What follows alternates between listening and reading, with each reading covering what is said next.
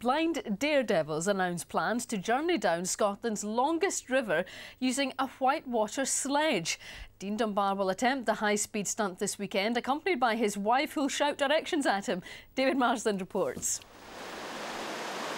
Base camp at Ballinluig for a team attempting a Scottish first. This weekend, Dean Dunbar plans to race down 75 kilometres of the River Tay in what is effectively a water sledge.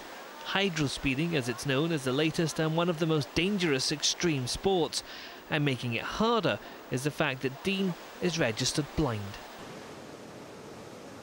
He's suffered a degenerative eye condition since he was just a little boy, which means that all he can see is this. His wife will be shouting out directions through the hazard, but that brings an extra danger, because when he needs them most, the river is at its loudest.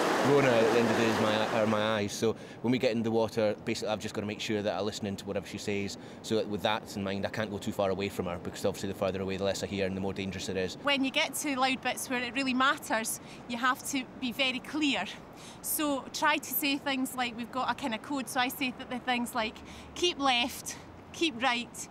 That's all I would say, not big long sentences, and he can hear me better. Dean and Rona are used to high adrenaline adventures. This jump from a helicopter has, so far, been their scariest, but they know the River Tay has its dangers too, so they've called in a guide. John Strang is an extreme sports expert and old friend with a near unrivalled knowledge of the river's twists and turns. For instance, at the Campsie Lynn by Stanley has a very large whirlpool there that can quite happily swallow up people in boats and while people are in the boats. Dean and Rona will begin their journey at Loch Tay on Saturday. They hope to finish it in Perth on Monday. David Marsland, STV News in Ballinluig.